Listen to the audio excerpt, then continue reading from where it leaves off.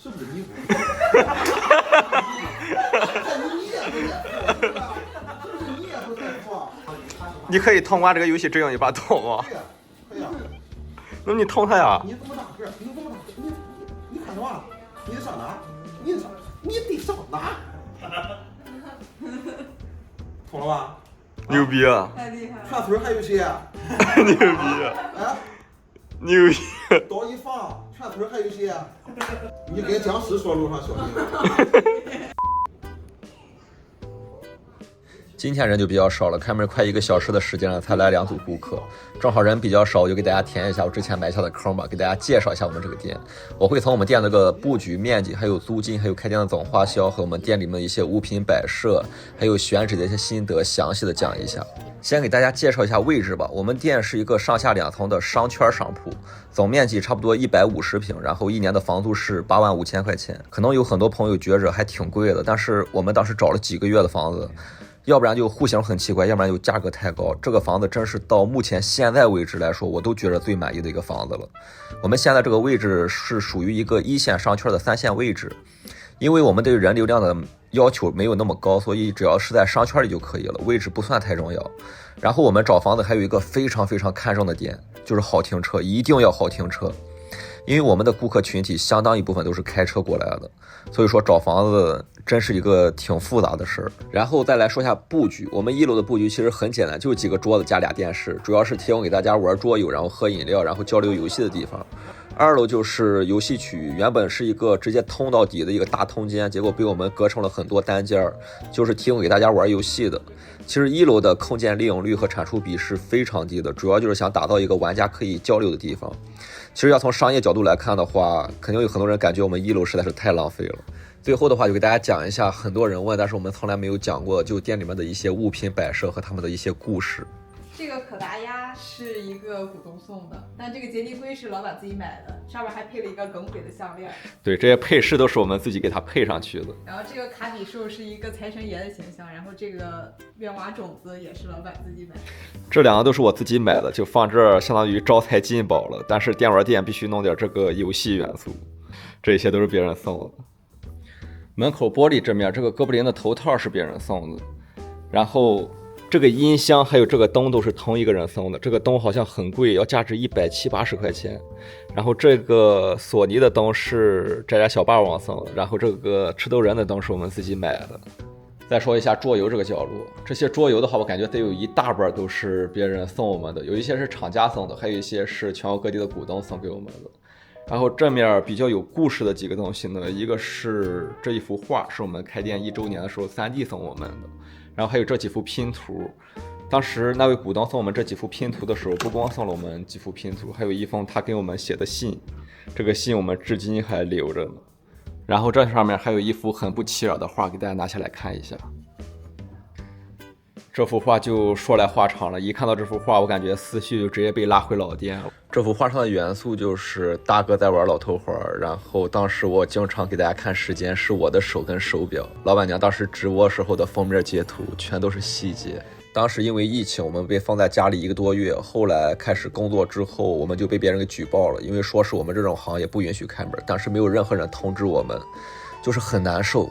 当时应该是我们开店以来最低谷的一段时间，因为这件事我们把视频都删了10几期，还包括大哥通关老头环的视频，真的特别难受。后来的话就很多人支持我们，问我们发生了什么事儿，然后也收到这幅画，让我们感觉到还是有那么多人喜欢我们的，所以说我们才租了新房子，搬去了别的地方，搬到了更大的地方，把这件事一直坚持了下来。就像我视频里之前经常说的那样，没有大家的支持，我们根本坚持不到现在，不是我说说而已，是事实就是这个样子。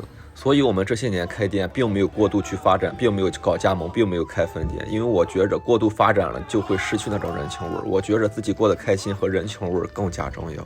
好了，咱们现在把思绪再拉回店里面了，介绍一下这一面的东西。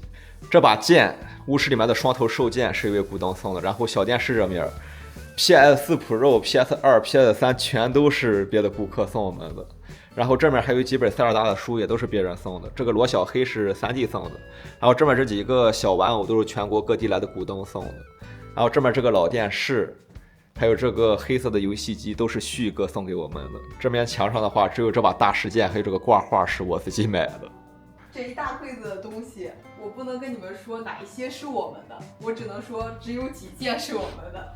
这几个卡笔是我们当时买来抽奖的，然后再就是这个小银牌是我们的，剩下这些全都不是我们的。然后这个手办棍儿的话，最上面这个喵喵是老板自己买的，好像剩下的再就是有那个马里奥赛车，其他的全部都是股东摆在这里的。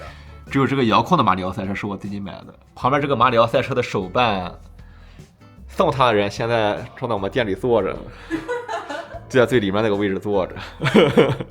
这一幅宝可梦拼豆是被问的最多的，这是初代宝可梦的151只，然后我们找了一个拼图的相框把它给裱起来了。然后还有这么这一幅宝可梦的立体画，也是现在正在店里坐着那一位股东兼顾客送的。这就是我们店现在1楼一个物品的摆设还有设备的现状，其实跟刚开店的时候相比差别真的挺大的。现在2楼因为顾客太多了没有办法拍摄，如果大家感兴趣的话可以给我们投币，如果这期投币能满15000的话，下一期我就给大家介绍一下2楼的一些摆件布置还有设备的一些选购的心得。又开启了拆盲盒环节了，我们也不知道里面是什么，像积木哦，这是那个桌游，就往外抽的那个。哦，抽出来多了它就倒了。哦，这个快递竟然是从新疆寄来的。难道是干果？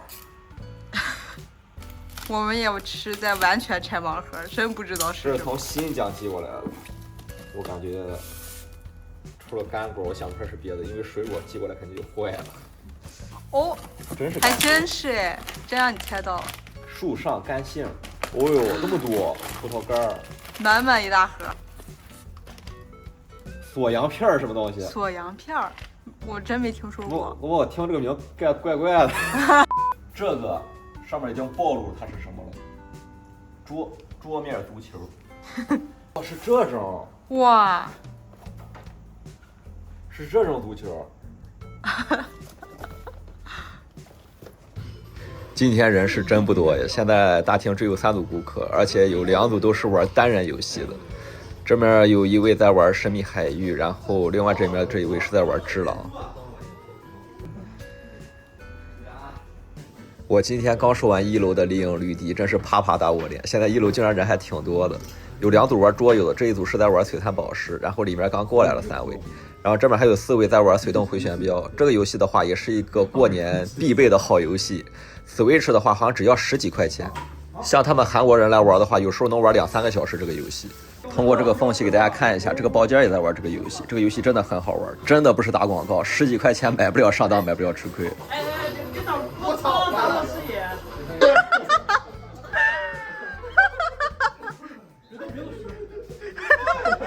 今天给店里顾客拿了一个头盔过来，因为他上班的地方离我们店20多公里，他每天都要过来玩，然后他就租了个电动车，租电动车的只给他一个半盔，北方的冬天戴半盔那不是要人命吗？我就拿了个全盔先给他戴着。楼上有一个顾客已经点了3杯饮料了，他说原来我们店最大的竞争力是饮料好喝，这是我没想到的。这位喝3杯饮料的顾客玩的还是3位一体5，3位一体是个特别好的游戏，但是我不知道为什么就是很少有人去玩。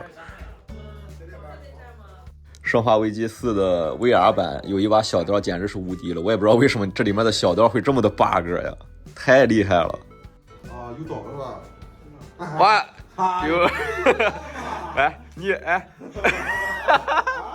双刀，弄他。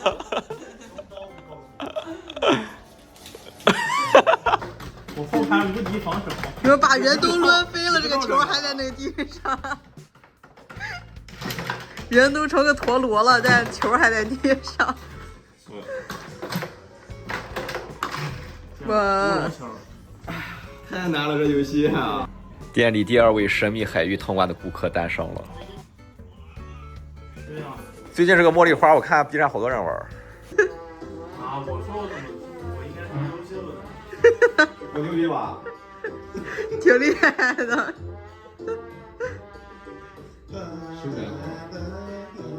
你这还能听出点调来。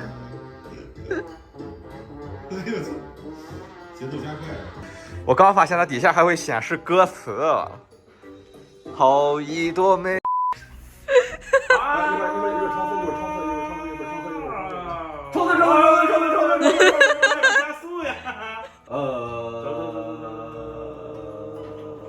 停。